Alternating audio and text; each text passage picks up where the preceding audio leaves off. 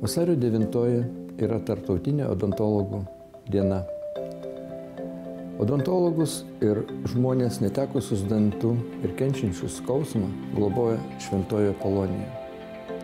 Ir manau, kad kiekvienam žmogui, kuriam į rankas įteikiama ši nominacija, tai reiškia tam tikrą gyvenimo kelio tarpsnį, kuris yra labai svarbus.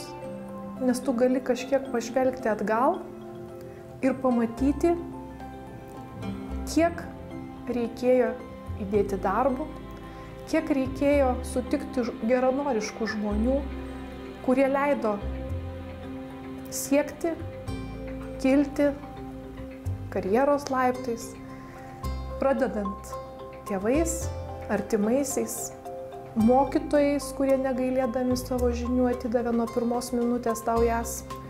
Ir aišku, visų kolegų, kurie kartu ėjo ir eina ir eis toliau šiuo savo, sakykime, specialisto keliu.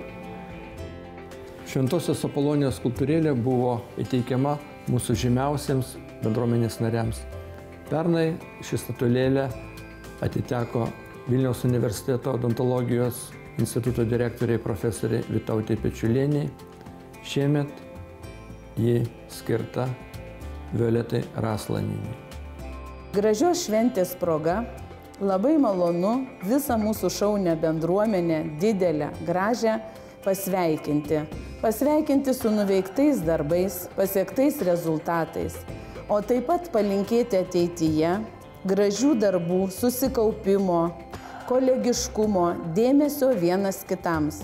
Bet pagrindinis dėmesys vis tiek turi būti skirtas pacientams, ypač mūsų mažiesiems.